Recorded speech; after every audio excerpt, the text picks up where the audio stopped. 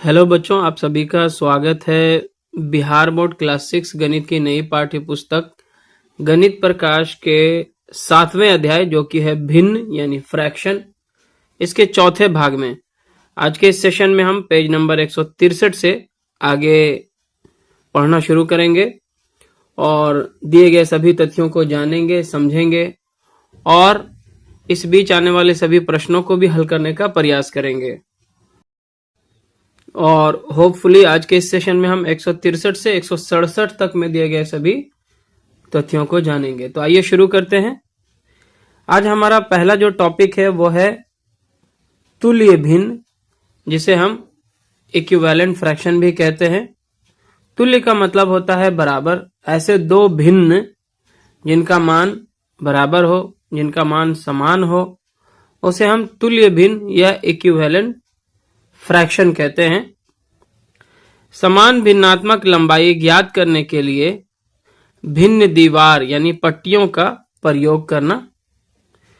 हम पिछले खंड में भी विभिन्न भिन्नों को दर्शाने के लिए भिन्नात्मक इकाइयों वाले पेपर फोल्डिंग यानी कि पट्टी का प्रयोग कर चुके हैं। आइए उसी पेपर स्ट्रिप यानी पट्टी के साथ कुछ और गतिविधि करें। पेज नंबर 164 में आते ही हमें ये कुछ पट्टियां यहाँ पे दिखाई देंगी। मान लिया जाए कि हमारा ये एक पट्टी है और इसे हम एक इकाई मान लेते हैं, इसकी जो लंबाई है। बाद में इस पट्टी को हम दो बराबर भागों में बांट लेते हैं। यहां से यहां तक आधा भाग है और यहां से यहां तक भी आधा भाग है। इस तरह से आधे भाग को हम ब्लू रंग से दिखाते हुए इसे 1/2 लिख सकते हैं, क्योंकि एक इकाई का आधा क्या होगा, 1/2 होता है। आगे इसी पट्टी को 4 बराबर भागों में बांट लिया गया है और चूंकि अब 4 भाग हो गए हैं तो 4 भाग का आधा क्या होगा, 2/4 होगा। हर एक भाग कितना को प्रदर्शित करेगा, 1/4। केवल एक हिस्सा को अगर हम लेंगे तो 1/4, फिर ये 1/4 यानी 1/4 और ये प्लस 1/4 मिलकर के कितना हो जाएगा, 2/4। आप इसकी लंबाई को देखें, 2/4 की लंबाई भी यहां से यहां तक आ रही है, 1/2 की लंबाई भी यहां से यहां तक आ रही है। और पट्टी तो हमारा वही है, समान है। यहाँ पे हमने 2 हिस्से किए थे, यहाँ पे हमने 4 हिस्से किए। यहाँ 2 में से 1 हिस्सा, यहाँ 4 में से 2 हिस्सा, यानी कि बराबर ही है। आगे हमने इसी पट्टी के 8 हिस्से कर लिए। यहाँ पे देखिए 1 2 3 4 और ये जो हिस्सा है 2 के बराबर है, 4 2 6 और ये 2 8, ये टोटल 8 भाग हैं। 8 में से 4 भाग को हम कैसे लिखेंगे, एक भाग को प्रदर्शित करने के लिए हमें लिखना होगा 1/8, ये 2/8, ये 3/8, ये 4/8, 5/8, 6/8, 7/8 और ये 8/8 यानी कि एक इकाई। 8/8 ऊपर नीचे कट जाएगा, 8/8 तो एक ही बचेगा। इस तरह से यहाँ पे चूंकि 8 में से 4 हिस्सा को हमने हाईलाइट किया है तो ये हो जाएगा 4/8। 8 में से 4 यानी कि 4/8 और इसकी भी लंबाई जो है वो इन दोनों के समान है, 1/2 और 2/4 के बिल्कुल समान है। तो इस तरह से हम कह सकते हैं कि इन तीनों की ही जो लंबाई है वो बिल्कुल बराबर है। यहां हमसे प्रश्न पूछा जा रहा है कि क्या 1/2 और 2/4 की लंबाई बराबर है, तो हाँ बिल्कुल यहाँ पे लंबाई क्या है, बराबर है, हम देख पा रहे हैं। फिर पूछा जा रहा है कि क्या 2/4 और 4/8 की भी लंबाई बराबर है, तो हाँ ये भी बराबर है। तो हम कह सकते हैं कि 1/2 बराबर है 2/4 के और 2/4 बराबर है 4/8 के, है ना। तो ऐसा भिन्न जिसकी लंबाई बराबर हो, जिसका मान बराबर हो, उसे हम क्या कहेंगे, समतुल्य भिन्न। ये समतुल्य भिन्न हैं जो कि समान लंबाई को दर्शाती हैं, लेकिन यह विभिन्न भिन्नात्मक इकाइयों के पदों में व्यक्त है। जैसे ये 8 में से 4 को प्रदर्शित करती हैं तो 4/8 है, ये 4 में से 2 को प्रदर्शित करती हैं तो 2/4 हैं और ये दो में से एक को प्रदर्शित करती हैं, एक हिस्से को, तो 1/2 है। ठीक है, यहां पे आप देख सकते हैं 1/2, उसके बाद है 2/4। इसे आप कट करेंगे अगर, तो ये भी देखिए 2 इकाई 2, 2 दूना 4, यानी कि 1/2 के बराबर ही आएगा। इसी तरह से आप 4/8 को भी ले लें तो 4 इकाई 4, 4 दूना 8, ये भी 1/2 के बराबर ही आएगा। इसका मतलब है कि 1/2, 2/4, 4/8 सभी के सभी क्या है, समतुल्य भिन्न है। इस तरह हम कह सकते हैं कि 1/2, 2/4, 4/8 सभी के सभी जो है समतुल्य भिन्न है, यानी इनका मान बराबर है। आगे क्या कहता है देखते हैं। अब कागज की पट्टियों का उपयोग कर जांचिए कि क्या 1/3 और 2/6 समतुल्य भिन्न हैं अथवा नहीं। तो आइए इसे करते हैं। इसके लिए सबसे पहले हम एक कागज की पट्टी लेते हैं इस तरह से। ठीक है, पहली स्थिति में हमें इसे 3 बराबर भागों में बांटना है 1/3 को प्रदर्शित करने के लिए। ये 1 हो गया, ये 2 हो गया और ये 3 भाग है। इसमें से ये जो है हमारा, ये 1/3 को प्रदर्शित करता है। ठीक है, उसी तरह से आगे हम क्या करते हैं, इतने ही ये इसी पट्टी को अब हम 6 बराबर भागों में बांटना चाहते हैं। ठीक है, यहां तक तो पहले कितना था, 3 हिस्सा था। अब इसको 6 हिस्से में बांटने के लिए इसको और 2-2 भाग में बांट दीजिए, जो बड़ा भाग है। तो यहां देखिए 1, 2, 3, 4, 5, 6 भाग बन चुका है। इसमें से 2/6 को प्रदर्शित करने के लिए हमें क्या करना होगा, 6 में से 2 घर को हाईलाइट कर लेना होगा। तो ये हमारा जो है 2/6 को प्रदर्शित करेगा। लेकिन हम देख पा रहे हैं कि इन दोनों की जो दूरी है या लंबाई है बिल्कुल क्या है, समान है। तो हम कह सकते हैं अतः 1/3 तथा 2/6 समतुल्य भिन्न हैं, समतुल्य भिन्न हैं। कैसे? क्योंकि देख सकते हैं आप दोनों की लंबाई क्या है, बिल्कुल समान है। इसका भी यहां तक और इसका भी यहां तक, दोनों की लंबाई क्या है, बिल्कुल समान है। ठीक है ना, 1/3 तो 1/3 है ही है। 2/6 को भी अगर आप कट करेंगे तो 2 इकाई 2, 2 तिया 6, यानी कि 1/3 ही इसका भी मान आएगा। तो हम कह सकते हैं कि ये दोनों भी क्या हैं, समतुल्य भिन्न हैं। आगे बढ़ते हैं। यहाँ पे दिया गया है भिन्न पट्टी की दीवार को देखकर निम्नलिखित प्रश्नों के उत्तर दीजिए। यहाँ पे एक भिन्न पट्टियों को दर्शाते हुए एक दीवार सी बनाई गई है। यहां से यहां तक पहले तो 1 इकाई है, फिर इस इकाई को जो है, फिर इस 1 इकाई को 2 बराबर भागों में बांटा गया है। यहां से यहां तक जो है 1/2 और फिर ये 2/2, यानी कि 1 के बराबर हो जाता है। जब इसे 3 हिस्से में बांटा जाएगा तो यहाँ देखिए 1/3, फिर 2/3 और फिर 3/3, यानी कि 1 इकाई 3/3 का मतलब 1 ही होता है। जब हम इसे 4 बराबर भागों में बांटते हैं तो 1/4, 2/4, 3/4, 4/4, यानी कि ये भी 1 इकाई के बराबर ही है। ठीक है, 5 हिस्सों में बांटेंगे तो 1/5, 2/5, 3/5, 4/5, 5/5, 5/5 का मतलब भी 1 ही इकाई होता है। इसी तरह से 6 हिस्से में बांटेंगे तो 1/6, 2/6, 3/6, 4/6, 5/6 और 6/6। और भी आगे आप 7 हिस्सों में, 8 हिस्सों में, 9 हिस्सों में बांट सकते हैं। अब इस दीवार को देखते हुए हमें यहाँ पे दिए गए सभी प्रश्नों का उत्तर देखना है। पहला प्रश्न है, क्या 1/2 और 3/6 की लंबाई बराबर है? तो यहाँ पे देखिए 1/2 है और इस लाइन को अगर हम सीधा खींच लें नीचे की ओर तो यहाँ पे देखिएगा 1/2 और यहाँ पे ही है 3/6। तो यहाँ से यहाँ तक में 1/2 है, ठीक है ना, यहाँ से यहाँ तक में 1/2 और यहाँ से यहाँ तक में 3/6। तो दोनों की लंबाई क्या है, बिल्कुल बराबर है। तो हम लिखेंगे हाँ। क्या लिखेंगे? हाँ। उसके बाद है 2/3 और 4/6 तुल्य भिन्न हैं, और अगर हैं तो क्यों हैं? तो 2/3 देखिए आपको यहाँ पे मिल जाएगा। इसको नीचे की तरफ सीधा ऐसा खींच लीजिए यहां से लेके यहां तक कितना है 2/3 है और यहां से यहां तक में 4/6 है। तो इन दोनों का मान बराबर होगा क्योंकि दोनों की लंबाई क्या है, समान है। ठीक है, तो ये भी हम क्या लिखेंगे, हाँ, क्योंकि दोनों की लंबाई समान है। अगर क्यों का जवाब लिखना है आपको तो आप लिख सकते हैं क्योंकि दोनों की लंबाई समान है, क्योंकि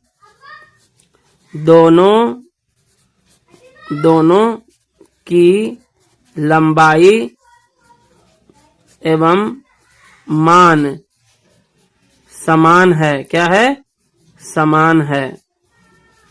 देखिए यहां से यहां तक है 2/3 और यहां से यहां तक है 4/6। दूसरी बात है 2/3 तो अपने जगह पे है ही है। 4/6 को भी आप देखिए 2 दूना 4, 2 तिया 6, तो मान भी दोनों का क्या है, बराबर ही है। और इस तरह से भी आप देख सकते हैं जैसे 2/3 का मान तो 2/3 ही है और 4/6 को हम 2 दूना 4, 2 तिया 6 काट सकते हैं, तो ये भी 2/3 के बराबर ही आ जाएगा। तो इस प्रश्न का जवाब हो गया, इसका भी हो गया। तीसरा प्रश्न देखते हैं क्या कहता है, 1/6 लंबाई के कितने टुकड़े से 1/2 लंबाई प्राप्त होगी। तो 1/6 हिस्सा यहाँ पे नीचे वाला लाइन देखिएगा, हमें कितना प्राप्त करना है, 1/2, तो इतना के बराबर आना है हमको। तो कितना टुकड़ा लगेगा, 1/6 वाला, एक टुकड़ा यहाँ तक, एक टुकड़ा, फिर यहाँ पे 2 टुकड़ा और यहाँ पे ये वाला मिला के 3 टुकड़ा लगेगा। ये 3 टुकड़ा अगर 1/6, 1/6, 1/6 का हम लोग लेते हैं तो मिला करके 1/2 के बराबर हो जाएगा। 3 टुकड़े यहाँ पे लिखेंगे, कितने टुकड़े, 3 टुकड़े, ऐसे समझिए। 1/2 की लंबाई कहाँ है, यहां से यहां तक है और ये वाला जो नीचे वाला पट्टी है यहाँ पे जो है एक इकाई को 6 बराबर हिस्सों में बांटा गया है। प्रत्येक का मान 1/6, 1/6, 1/6, 1/6, 1/6, 1/6 हो सकता है। और यहां से यहां तक 1/6, यहां से यहां तक दोनों मिला करके 2/6, यहां से यहां तक मिला करके 3/6 है। इसी तरह से यहां तक में 4/6, यहां तक में 5/6 और यहां तक में 6/6 हो जाएगा, यानी कि 1 के बराबर हो जाएगा। ठीक है, तो यहाँ पे हमसे पूछा गया था कि 1/6 लंबाई के, यानी कि ये वाला जो लंबाई है यहां से यहां तक 1/6 कहलाएगा, कितने टुकड़े में से 1/2 लंबाई प्राप्त की जा सकती है। तो 1/2 की लंबाई यहां से लेके यहां तक में थी, तो यहाँ पे 1 टुकड़ा, 2 टुकड़ा, 3 टुकड़ा लेने से हो जाता है, तो हम क्या लिखेंगे, 3 टुकड़े। चौथा प्रश्न है 1/6 लंबाई के कितने टुकड़े से 1/3 लंबाई प्राप्त होगी। तो 1/3 देखिए यहाँ पे है, ये जो है 1/6 का कितना टुकड़ा, यहाँ पे 1 टुकड़ा और यहाँ पे 1 टुकड़ा, 2 ही टुकड़ा में हो जाता है, तो यहाँ पे हम लिखेंगे 2 टुकड़े। समझ में आ गया आपको। चलिए आगे बढ़ते हैं। आगे पेज नंबर 165 में है, हम इस विचार का विस्तार करके भिन्नात्मक इकाई 1/10 वाली भिन्न पट्टी की दीवार बना सकते हैं। भिन्नों की यह दीवार पुस्तक के अंत में दी गई है। इससे पहले वाले में प्रश्न में 6 तक दिया गया था, आगे इसे एक्सटेंड करके 7 हिस्सों में, फिर 8 हिस्सों में, फिर 9 हिस्सों में और फिर 10 हिस्सों में बांटा गया है। जब हम 10 हिस्से में बांटते हैं किसी पट्टी को तो प्रत्येक भाग जो है 1/10 के बराबर होता है। और हमें यह भी बताया गया है कि इसी तरह की जो है दीवारों की जो पट्टी है वो पुस्तक के अंत में एक पेज में दिया गया है, जो कि इस तरह से है। देखिए आप इसे कैंची से काट के अलग भी कर सकते हैं। यहाँ पे काटने का लाइन दिया गया है, इसे काट के आप अलग कर सकते हैं और फिर यही चीज जो आपके वहां पे बना हुआ है सेम टू सेम वही चीज है ये। तो हम वापस पेज नंबर 165 में आ चुके हैं। हम इस पट्टी को ध्यान से अगर देखें तो हम कुछ यहाँ पे समतुल्य भिन्नों को देखना चाहते हैं। मान लिया जाए यहाँ पे हम 1/2 को लेते हैं। 1/2 किन और भिन्नों के समतुल्य हो सकता है, बराबर हो सकता है। तो यहाँ से आप एक सीधी लाइन खींच लें और 1/2 जो है 2/4, ठीक है, 3/6, 4/8 और 5/10, ये सब के सब समतुल्य भिन्न होंगे क्योंकि इन सब की लंबाई क्या है, समान है। यहां से यहां तक, यहां से यहां तक, यहां से यहां तक, इस तरह से इसका यहां से यहां तक, इसका यहां से यहां तक, बिल्कुल समान लंबाई है ना। तो ये सारे के सारे जो है समतुल्य भिन्न होंगे। देखिए इसका भी मान अगर आप निकालेंगे तो 2 इकाई 2, 2 दूना 4, 1/2 ही आएगा। इसका भी 3 इकाई 3, 3 दूना 6, 1/2 ही आएगा। इसका भी 4 इकाई 4, 4 दूना 8, 1/2 ही आएगा। 5 इकाई 5, 5 दूना 10, 1/2 ही आएगा। इसी तरह से आप समान दूरी वाले किसी भी भिन्न को पहचान सकते हैं। जैसे मान लिया जाए यहाँ पे एक लाइन और आगे मैं इस तरफ बढ़ता हूं, तो ये वाला भिन्न जो है किन किन भिन्नों के बराबर होगा वो आप देख सकते हैं।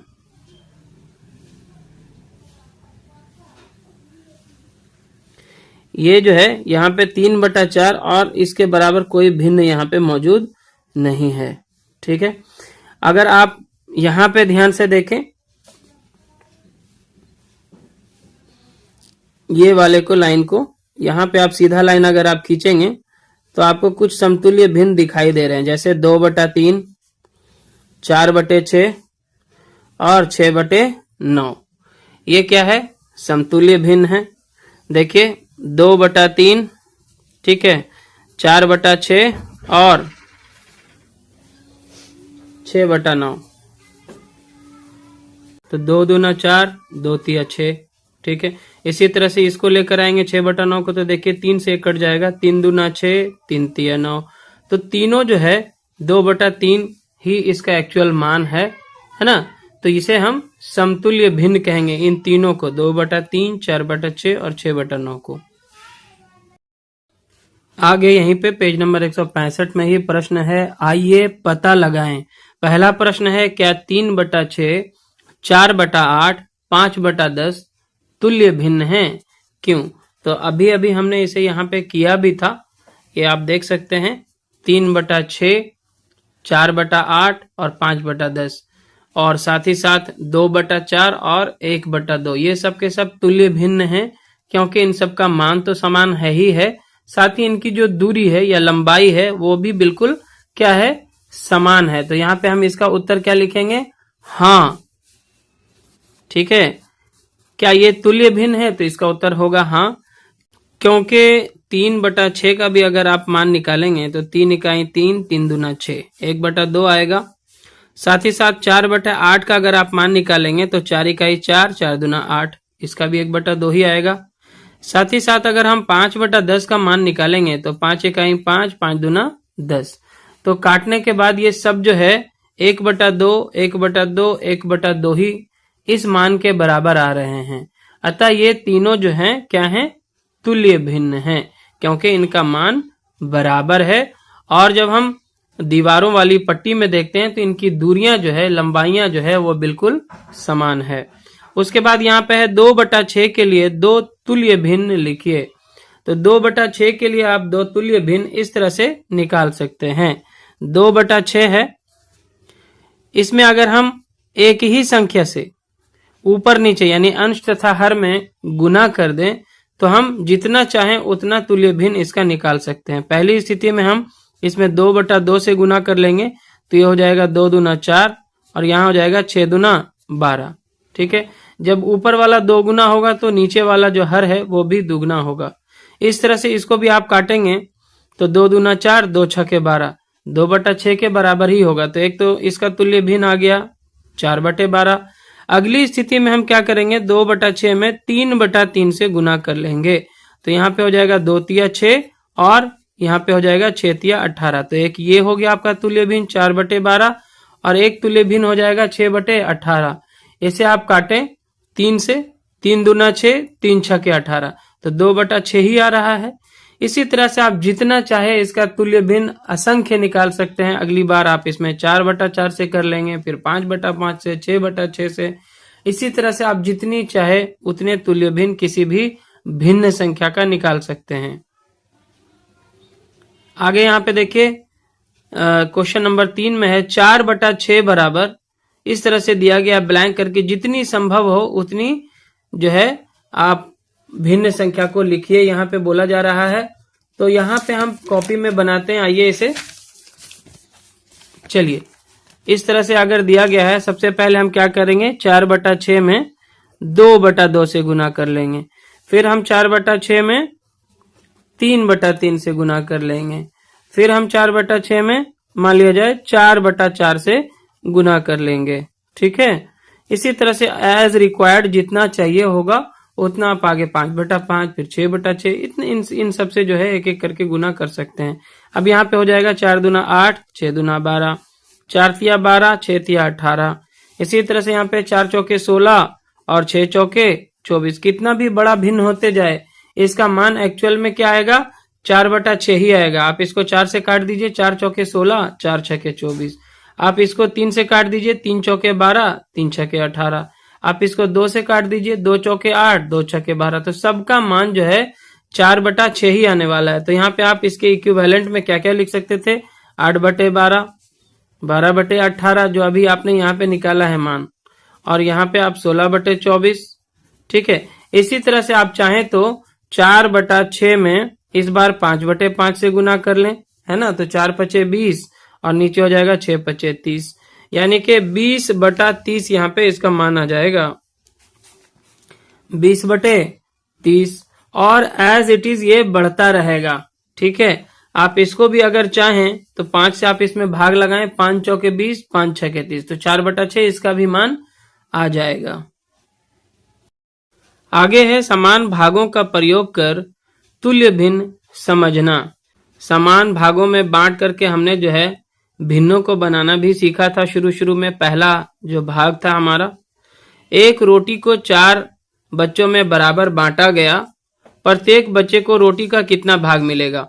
तो ये देखिए एक रोटी है, इसको 4 बराबर भागों में आपने क्या किया, बांट दिया, और 4 बच्चों को देंगे तो एक को ये वाला मिला, दूसरा को ये मिला, तीसरा को ये मिला, चौथा को ये मिला, तो चारों को एक एक टुकड़ा मिला है। तो एक रोटी के 4 भाग किए गए हैं, मतलब 1/4 हो जाएगा। संलग्न चित्र में 4 बच्चों के बीच एक रोटी का बंटवारा दिखाया गया है, तो प्रत्येक बच्चे को कितना मिलेगा।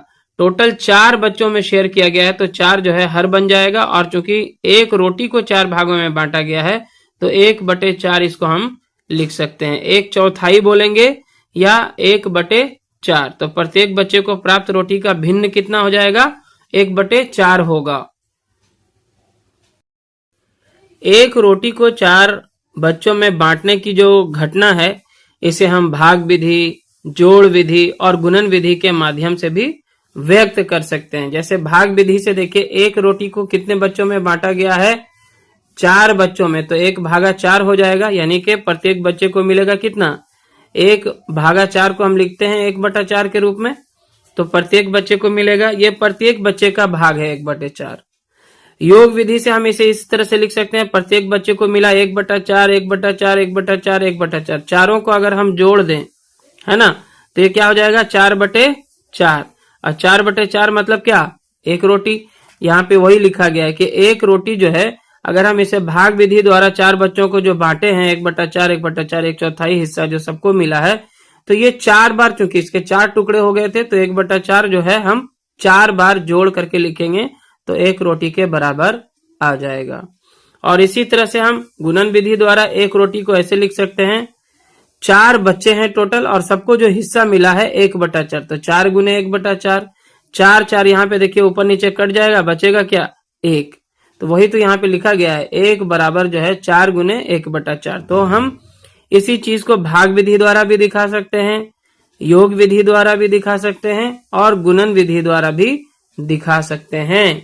आगे देखिए, इसी से रिलेटेड क्रियाकलाप दिया गया है, आइए पता लगाएं। पहला प्रश्न है, 3 रोटियों को 4 बच्चों में बराबर बांटा गया है, चित्र में विभाजन दिखाएं और प्रत्येक बच्चे को कितना भाग मिला भिन्न में लिखिए। संगत विभाजन क्रिया, योग क्रिया और गुणन क्रिया भी लिखिए, जो इससे पहले वाले प्रश्न में आपको करके दिखाया गया है। यहाँ आप सबसे पहले ध्यान से देखें, यहाँ पे जो रोटियां हैं कुल मिलाकर 3 रोटियां हैं टोटल, और बच्चे कितने हैं, 4 बच्चे हैं। और प्रत्येक रोटी को अगर हम 4-4 हिस्से में इस तरह से बांट दें, तो टोटल हिस्सा कितना हो जाता है, 4×4 8×4 12 हिस्सा। और 12 हिस्सा कितने बच्चों में बांटा जाएगा, 4 बच्चों में। तो 12/4 अगर आप करिएगा तो प्रत्येक बच्चे को कितना कितना रोटी मिलेगा, 3-3 हिस्सा मिलेगा। टोटल 12 हिस्सा में से 3-3 हिस्सा मिलेगा, या फिर आप प्रत्येक रोटी के हिसाब से अगर देखें तो मान लिया जाए इस बच्चे ने यहां से ले लिया, इस बच्चे ने ये वाला हिस्सा ले लिया, फिर ये जो टुकड़ा है मान लिया जाए इस बच्चे को मिल जाता है, और ये जो टुकड़ा है मान लेते हैं कि इस बच्चे को मिल जाता है। तो ये पहला रोटी बट गया चारों में। फिर दूसरा रोटी में आते हैं। दूसरे रोटी का ये हिस्सा जो है मान लिया जाए कि हमने इस बच्चे को दे दिया है, ये वाला इस बच्चे ने लिया है, ये वाला जो रोटी है फिर से इस बच्चे को मिला, और ये जो है फिर से इस बच्चे को मिल जाता है। इसी तरह से फिर ये वाला हिस्सा हम दे देते हैं किसको, इस बच्चे को दे देते हैं, और ये वाला जो है इस बच्चे को मिल जाएगा। ये वाला हिस्सा जो है आप इस तरफ से लाके इस बच्चे को दे दें, और ये हिस्सा जो है इस बच्चे को दे दें। तो यहाँ प्रत्येक बच्चे को जो है कितना भाग मिला, देखिए इसमें से एक मिला, फिर इसमें से भी एक मिला, इसमें से भी एक मिला, ठीक है ना। तो कुल मिला के एक बच्चे को जो है 3/4 भाग मिला है। कितना मिला है? 3/4 भाग मिला है। इसे आप इस तरह से समझें कि पहली रोटी से जो है एक बच्चे को कितना मिला, 1/4 भाग मिला। फिर दूसरी रोटी से एक बच्चे को कितना मिला, फिर 1/4 भाग मिला। इसमें से भी एक हिस्सा, इसमें से भी एक हिस्सा, और इसमें से भी एक हिस्सा मिला। तो 3 बार मिला है ना। तो 1/4 प्लस 1/4 प्लस 1/4 मिलके कितना हो जाएगा? ऊपर में देखिए सबका हर तो समान है तो 4 ही रहेगा, और ऊपर अंशों को जोड़ दीजिए 1 2 3, तो 3/4 हिस्सा प्रत्येक को मिला है। इसे जब आप विभाजन की क्रिया द्वारा दिखाएंगे तो क्या हो जाएगा, 3 रोटी है और 4 बच्चों में बांटा गया है, तो 3/4, यानी कि यहाँ पे भी 3/4 ही लिखा जाएगा।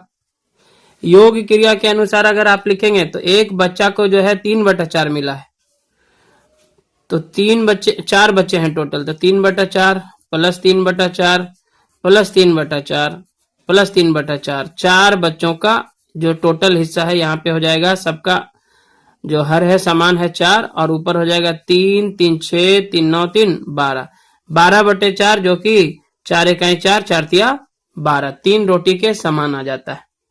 ठीक है। इसी तरह से गुणन की क्रिया क्या लिखेंगे, क्योंकि 4 बच्चों में बांटा गया तो 4 से गुना करेंगे, और प्रत्येक को कितना भाग मिला है, 3/4 भाग मिला है। 4 4 ऊपर नीचे कट जाएगा, 3 रोटी यहाँ पे भी बराबर आ जाता है। तो इस तरह से हम इसे लिख सकते हैं। दूसरा प्रश्न देखते हैं क्या लिखा है। एक चित्र बनाकर दर्शाइए कि जब 2 रोटियां 4 बच्चों में बराबर बराबर बांटी जाती है तो प्रत्येक बच्चे को कितना भाग मिलता है। इसके संगत भाग क्रिया, योग क्रिया और गुणन क्रिया भी लिखिए। चलिए, तो इसी तरह से हमें अभी यहाँ पे जैसे 3 रोटियों को हमने 4 बच्चों में बांटा है, आगे हमें 2 रोटियों को जो है 4 बच्चों में बांटना है, और उसी की तरह से हमें जो है विभाजन क्रिया, योग क्रिया और गुणन क्रिया भी दर्शाना है। सबसे पहले हम 2 रोटियां ले लेते हैं, ठीक है, और इन 2 रोटियों को हमें 4 बच्चों के बीच बांटना है। तो हमारा 4 बच्चा यहाँ पे बना लेते हैं, 1 2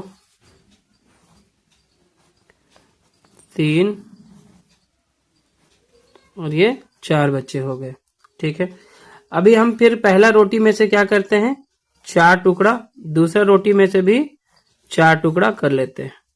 अब इस वाले बच्चे को देखते हैं। पहले ये वाला टुकड़ा इसे दे दिया पहले रोटी में से, तो 1/4 है, ये 4 में से एक हिस्सा मिला है। फिर इस रोटी में से भी ये वाला हिस्सा इसको दे देते हैं, तो 1/4 इसको यहाँ पे भी मिल गया। चलिए, अब दूसरे बच्चे के पास ये हिस्सा जा रहा है, तो 1/4, और ये हिस्सा जा रहा है प्लस 1/4, इसको भी मिल गया अपना हिस्सा। तीसरे बच्चे के पास ये हिस्सा इसको मिला 1/4, ये हिस्सा इसको मिला 1/4। ठीक है।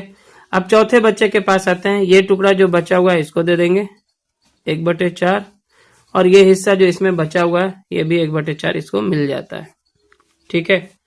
कुल मिलाकर के जो है सबको कितना कितना मिल गया, देखिए 1/4 और 1/4 को आप मिला लें तो 2/4, इसको भी 2/4, इसको भी 2/4 और इसको भी 2/4। ठीक है, आगे इसी को हम लोग और क्या क्या लिख सकते हैं, 2/4 का मतलब हुआ आधा, 2 इकाई 2, 2 दूना 4। फिर यहाँ पे भी 2/4 का मतलब 1/2 ही होगा, यहाँ पे भी 1/2 ही होगा, और यहाँ पे भी 1/2 ही होगा। यानी सारे बच्चे को जो है आधा आधा रोटी मिल जाएगा। ठीक है, 4 रोटी है, 4 का आधा आधा कर दीजिए तो 4 बार हो जाएगा, 4 टुकड़ा, चारों को एक एक टुकड़ा मिल जाएगा जो कि आधा आधा के बराबर होगा। आधी रोटी इसको, आधी रोटी इसको, 1 रोटी हो गया, फिर आधी रोटी इसको, आधी रोटी इसको, 1 रोटी हो गया। ठीक है, तो 1/4 प्लस 1/4 का मतलब होता है 2/4, और 2/4 का मतलब होता है 1/2, यानी कि आधा के बराबर। समझ में आ गया? इसे हम विभाजन क्रिया द्वारा किस तरह से दिखा सकते हैं, तो बहुत सिंपल है। सबसे पहले आप सोचिए कि रोटी कितना है आपके पास, तो 2 रोटी है, बांटे हैं कितने बच्चों में, 4 बच्चों में, तो 2/4 कर दीजिए, है ना, और यानी कि इसको हम लिख सकते हैं 2/4, और 2/4 को हम आगे जाकर के क्या लिख सकते हैं, 1/2। ये प्रत्येक को मिला है। ठीक है, अगर हम इसे योग की क्रिया द्वारा दिखाना चाहें तो क्या दिखाएंगे, देखिए प्रत्येक बच्चे को कितना मिला था, 2/4 हिस्सा, और टोटल 4 बच्चे हैं तो 2/4 प्लस 2/4 प्लस 2/4 प्लस 2/4, ये चारों को मिला है इतना इतना हिस्सा, है ना। तो क्या हो जाएगा, नीचे तो सबका 4 है ही है, ऊपर हो जाएगा 2 + 2 + 2 + 2, तो 2 2 4, 2 6 2 8, 8/4 बराबर क्या हो जाएगा, 4 इकाई 4, 4 दूनी 8, यानी कि 2 रोटियां, कितना हो जाएगा, 2 रोटियां। ठीक है, सबको कितना मिला, 2/4 2/4 करके योग की क्रिया द्वारा इस तरह से लिखेंगे। और गुणन की क्रिया में चूंकि 4 बच्चे हैं और प्रत्येक को मिला है 2/4 हिस्सा, 4 4 ऊपर नीचे कट जाएगा, कितना बचेगा, 2 रोटियां।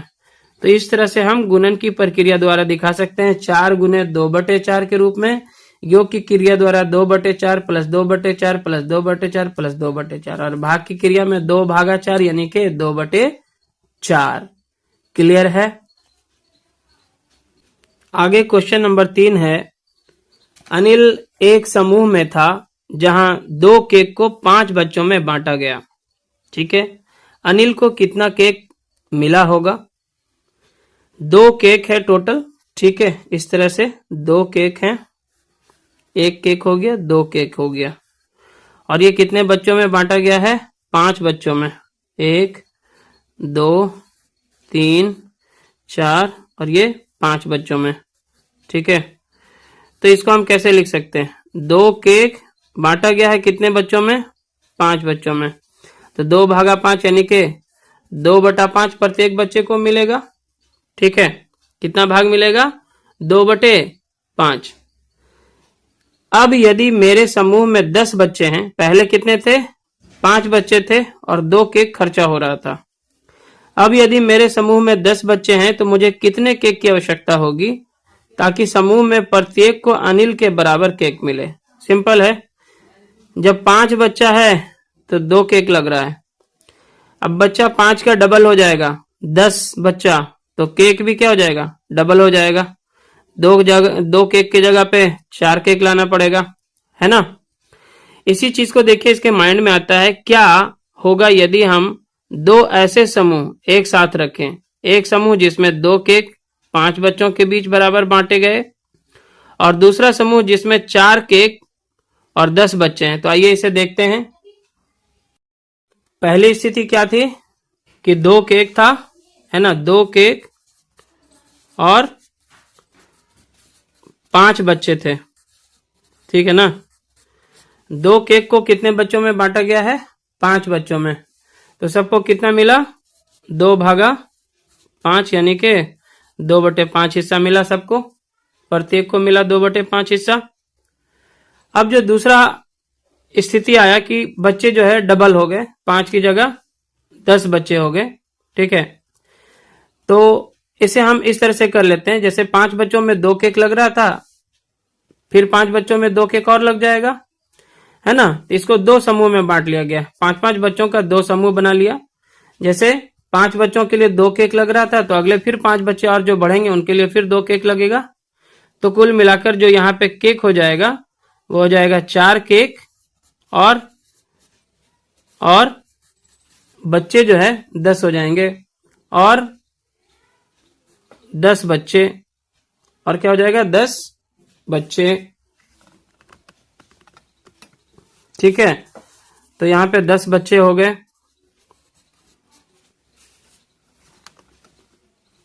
क्लियर है? इस तरह से हम यहां पे लिख सकते हैं 4 केक को बांटा गया है 10 बच्चों के बीच, यानी कि 4/10। क्लियर है? इस तरह से हम देख पा रहे हैं कि क्योंकि सबको हिस्सा तो बराबर ही मिल रहा है, इन सबको भी 2/5 मिल रहा है। तो जब हम शॉर्ट करते हैं, देखिए यहाँ पे काटते हैं तो 2 दूना 4, 2 पचे 10। इन लोगों को क्या है, हिस्सा तो बराबर ही मिल रहा है, 2/5 ही मिल रहा है। तो हम कह सकते हैं कि 2/5 जो है 4/10 के क्या है, बराबर ही है। इस प्रकार दोनों स्थितियों में जो है प्रत्येक बच्चे का भाग जो है समान है, इसलिए 2/5 जो है वो बराबर है 4/10 के। यहाँ पे देखिए 2 केक 5 बच्चों में बंट रहा था, यहाँ पे भी जो है इस तरह से जब हम इसको 2 भाग कर दिए हैं, 10 बच्चों को 4 केक में 2-2 केक कर दिए हैं, तो यहाँ पे भी तो बात बराबर ही है। हर बच्चे को यहाँ पे भी देखिए 2 में से 5 बच्चा को बांटा गया, यहाँ पे भी 2 में से 5, यहाँ पे भी 2 में से 5 बच्चे को बांटा गया, तो सबका भाग क्या है, बराबर ही है। तो चाहे हम 2/5 लिखें, चाहे हम 4/10 लिखें, बात तो दोनों का क्या है, बराबर ही है। दोनों का मान क्या है, बराबर ही है ना। आप इसको काट करके 2 दूने 4, 2 पचे 10 कर सकते हैं। तो इस तरह से ये जो है हमारा तुल्य भिन्न हो जाता है, 2/5 और 4/10 दोनों ही क्या हो जाता है, तुल्य भिन्न हो जाता है। तो आज के इस सेशन में हम यहीं तक रखते हैं, आगे के प्रश्नों को हम नेक्स्ट सेशन में सॉल्व करेंगे। वीडियो लेसन अगर पसंद आए तो जरूर से इसे लाइक करें, शेयर करें अपने सभी दोस्तों के साथ। चैनल पे नए हैं या अपने चैनल को अभी तक सब्सक्राइब नहीं किया है तो सब्सक्राइब जरूर करें। धन्यवाद।